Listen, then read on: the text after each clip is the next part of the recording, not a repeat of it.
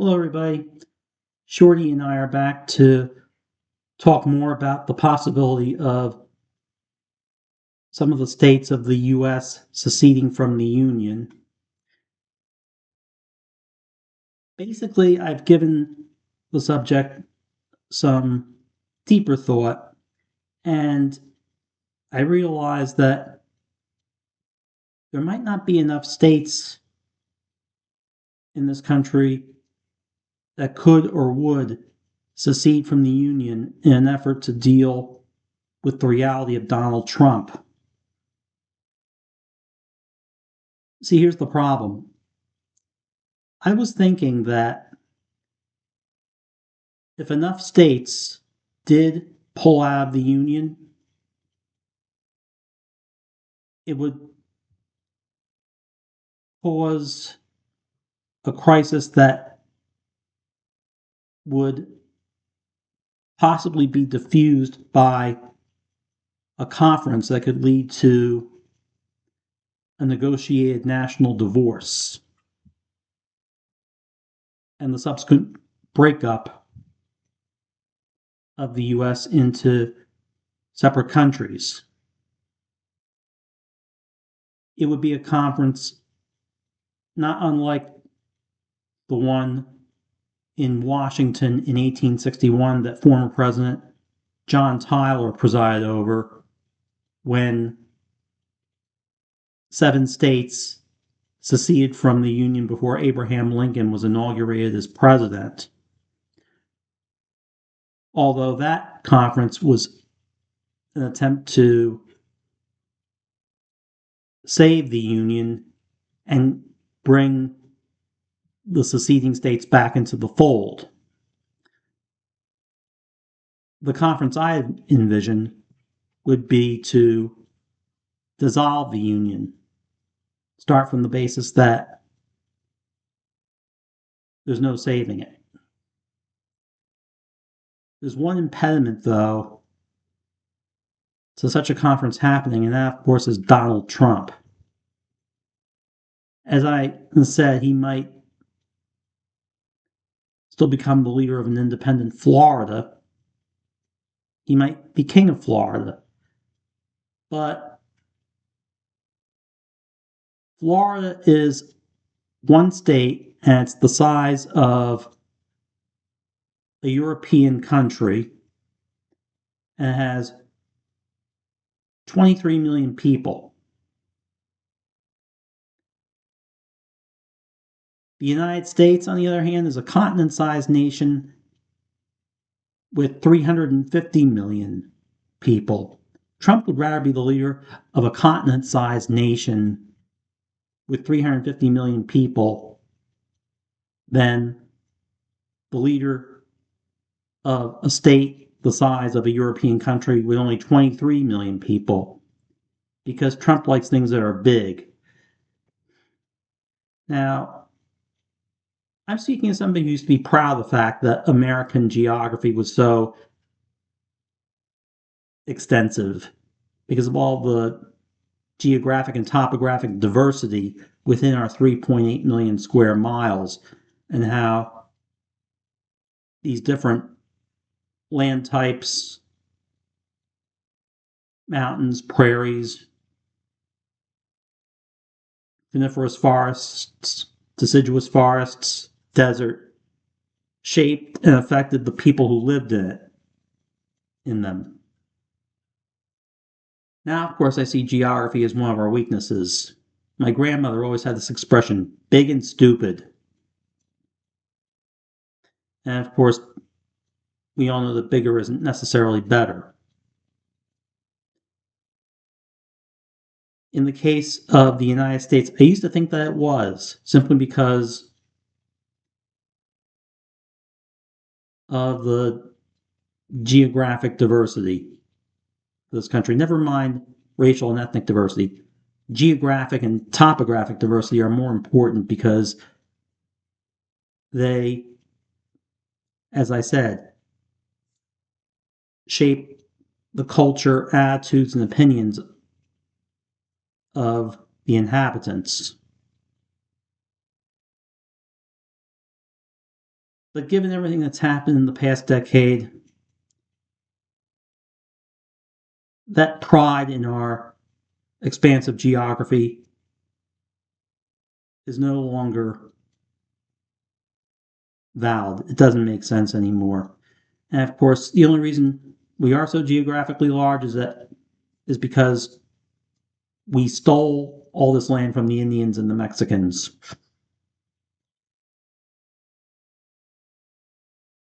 Oh, it's a union of states. It got bigger as each state was admitted to the union. Well, most of those states were Indian lands or Mexican lands that were created originally as territories by Congress. It wasn't a bunch of independent countries coming together or joining the existing federation. So, um, our big geography is probably nothing to be proud of, nothing to brag about. But Donald Trump, of course, is someone who believes in bigness.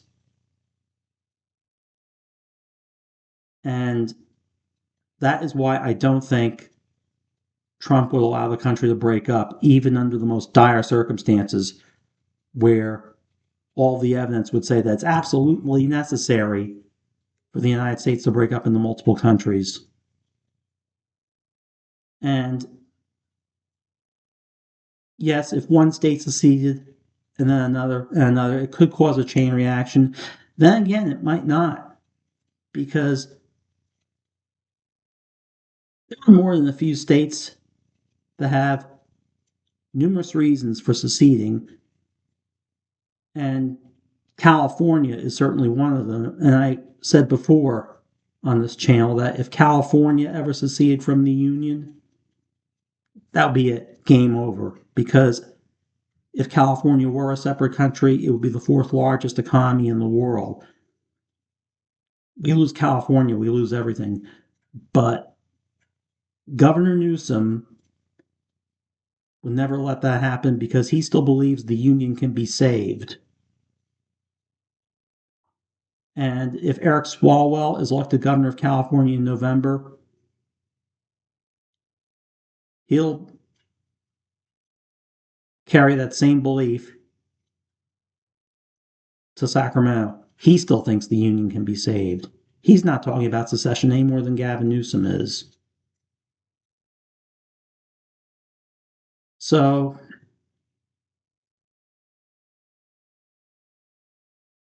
we have to consider alternatives to a United States broken up into separate countries. Because even states that have Democratic governors may be reluctant to secede, especially if one or both houses of the state legislatures are controlled by Republicans. Pennsylvania. I believe the state House of Representatives is controlled by the Democrats, while the state Senate is controlled by Republicans.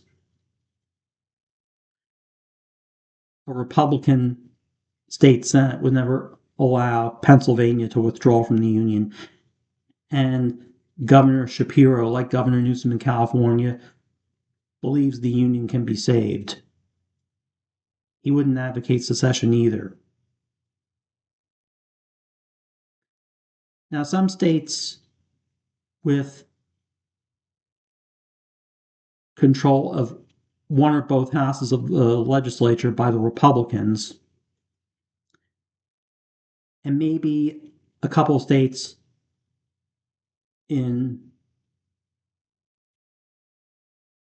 the Northeast that have Republican governors, like Vermont and New Hampshire, might consider secession if enough states secede, but it might not be enough to cause the eventual breakup of the Union. Let's just say, for the sake of argument, that New Jersey does, in fact, become the first state to secede from the Union, as I would like to see. And then let's say Connecticut secedes from the Union, followed by Massachusetts, and then New York State, the most economically powerful state in the Northeast, secedes. This might lead to a chain reaction among the states of New England and the Middle Atlantic region to secede, but it might not lead to California seceding, and it might not lead to, say, Minnesota seceding. A lot of people are opposed to secession because they think that would lead to a second civil war. Well, guess what? Minnesota is already fighting a civil war against the U.S. government.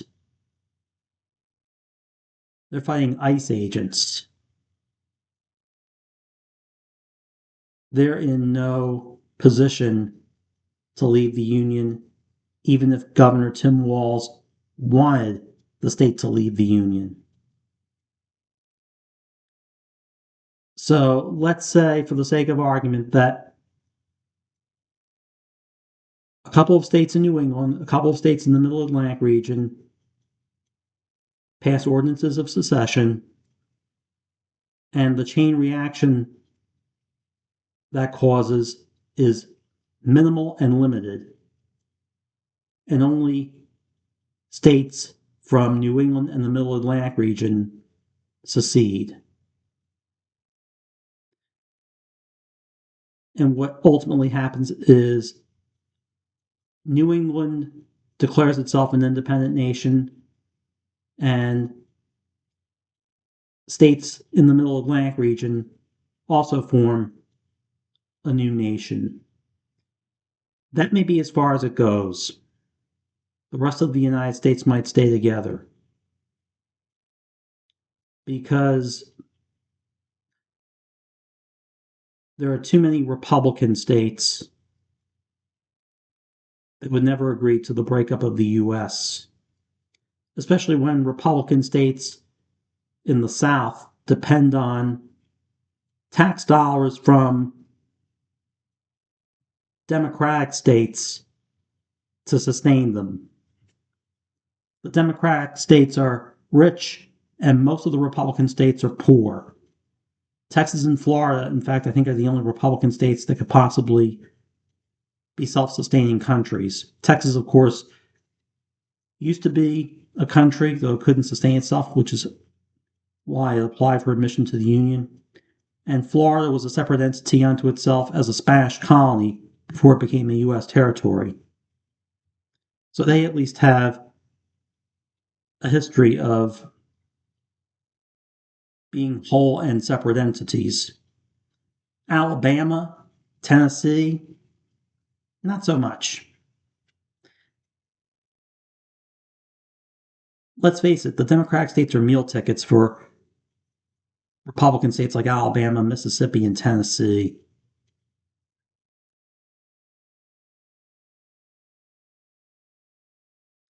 It would be risky enough for just a few states to secede. But Republican states would never want a breakup of the U.S. because they lose their meal tickets.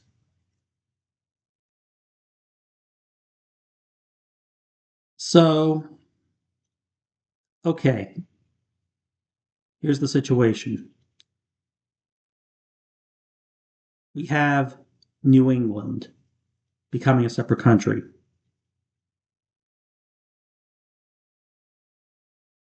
And this happens in spite of the fact that Vermont and New Hampshire have Republican governors. I imagine that Governor Phil Scott of Vermont and Governor Kelly Ayotte of New Hampshire would agree to pulling their states out of the Union when they see the handwriting on the wall and decide that it makes sense for New England to become one country. Similarly, while I doubt that Governor Josh Shapiro of Pennsylvania has any inclination now or in the immediate future to pull Pennsylvania out of the Union, especially since Pennsylvania has divided government. If he sees the 6 states of New England breaking away, if he sees New York and New Jersey breaking away, he might be more amenable to it. And the secession of Pennsylvania could, under those circumstances, happen. And then maybe Delaware might join the Union. That's where it ends. Because as long as California and Minnesota still want to fight it out and tough it out, and as long as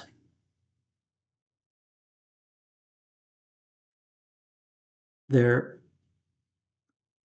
is opposition to secession in those states and in other parts of the country, we might not do any better, and probably won't do any better than an independent New England and at least 4 of the 7 Middle Atlantic states becoming a separate country. Now, why don't I think Maryland and Virginia would leave the Union? Well, the answer is simple. Washington, D.C. Unless there is a conference that breaks up the U.S. into separate countries, Maryland and Virginia would never try to leave the Union on their own and form a new country with other Middle Atlantic states, simply because Trump would never acquiesce to any situation in which Washington, D.C., the capital of the United States, is surrounded by rebel states. It would have to be surrendered to whatever government is formed by the Middle Atlantic states.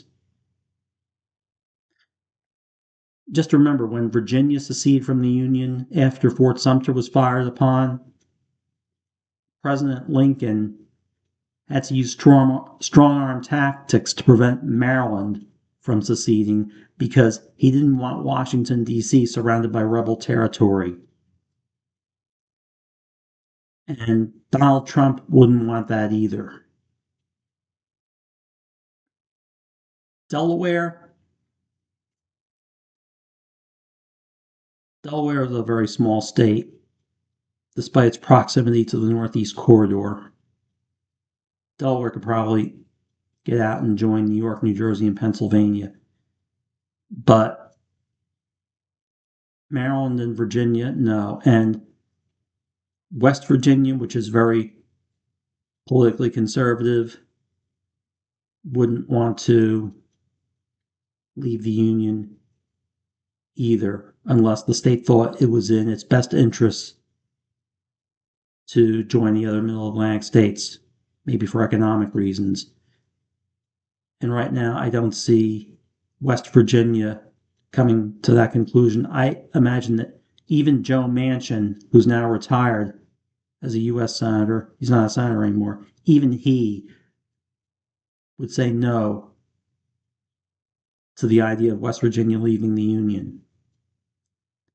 And I'm sure what few West Virginia Democrats remain would agree. So we'd have to settle for half a loaf. New England could easily become its own country because New England has its own culture, its own folkways, its own mores. And of course, they have that old world accent. like where they talk about parking the cars, and khakis are not pants. They're what you use to start your automobile. And of course, they have all those covered bridges and all those quaint little towns with public squares, and all the towns are named after towns in Old England. The Middle Atlantic region would become more economically united. It would become a country for more economic reasons than for cultural reasons, although there are a few. I mean, people from New York, New Jersey, and Pennsylvania can be very brash. If you've ever been to New York City, Newark, Philadelphia, if the Middle Atlantic region ever became a country, our national motto would be "Yo." But it would certainly work simply because New York City, right now the largest city in the United States, would be the largest city in the Middle Atlantic country. Philadelphia would be the second largest, and these are very important cities. They are big economic engines, New York City especially. And as a state, New Jersey certainly generates a lot of economic activity. Delaware, little Delaware would have to join a Middle Atlantic nation simply because it's the run of the litter. Nothing against Delaware. Nice state, I've been there. It's just that it only recently became a state with a population of 1 million people. For the longest time, the population was measured with six-digit numbers. It still only has one at-large member of the House of Representatives. It's the only Middle Atlantic state with no more than one U.S. representative.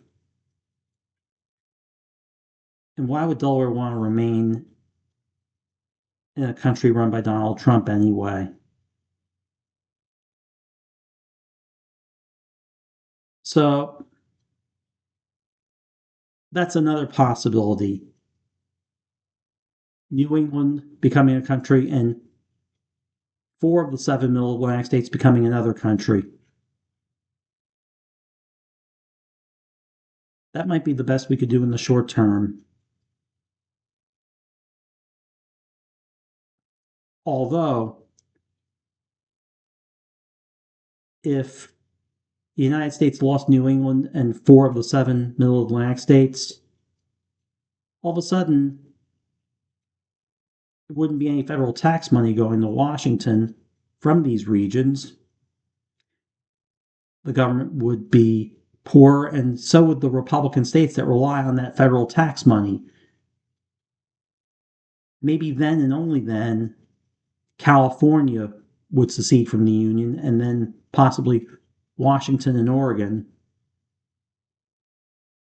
and they could become an independent Pacific Northwest republic. And then the rest of the country would only have maybe 2 reliable Democratic states, Illinois and Minnesota, and politically volatile states like Wisconsin, Michigan, and Ohio. And then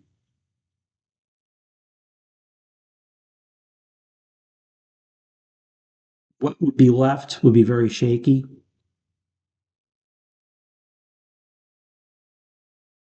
Oh, yeah, I almost forgot. Hawaii,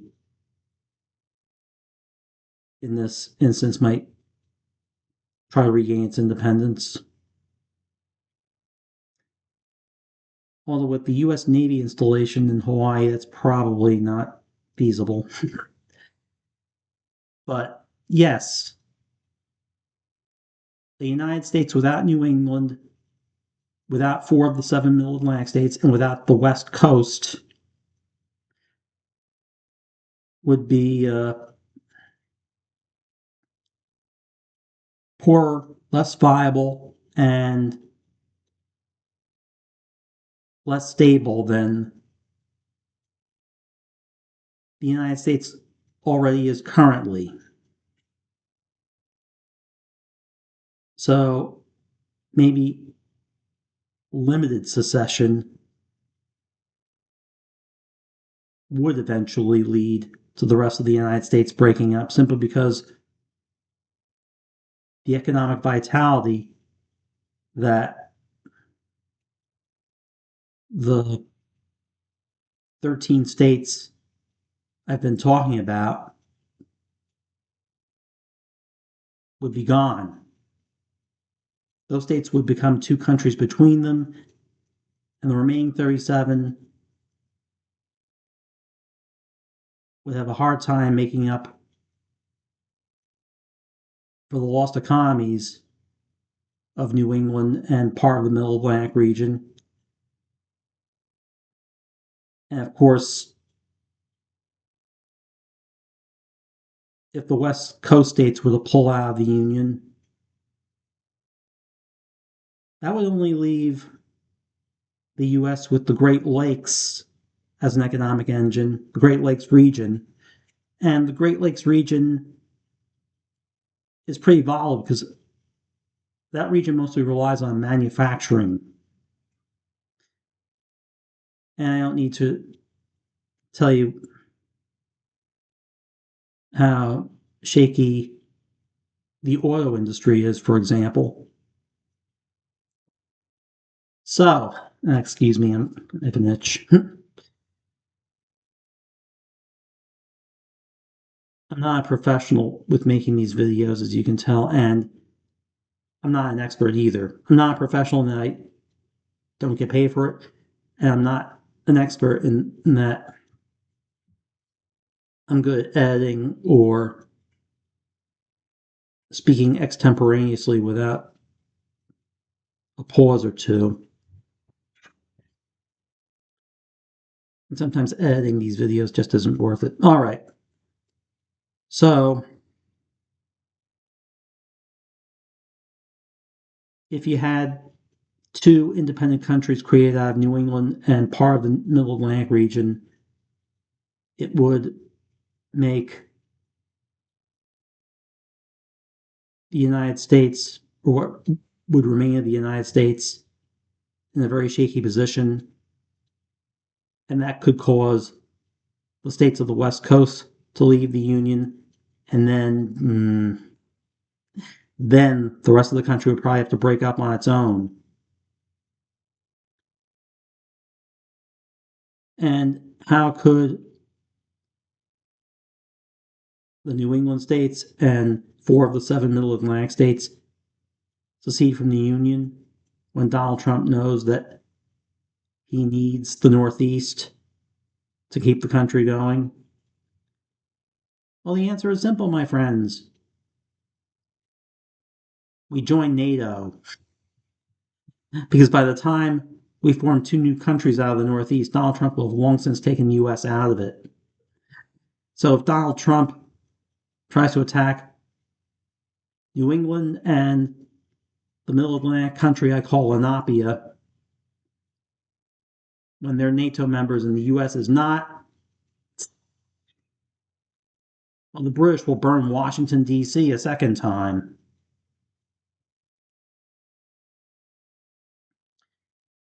And if all else fails, maybe, just maybe, the northeastern states can become Canadian provinces.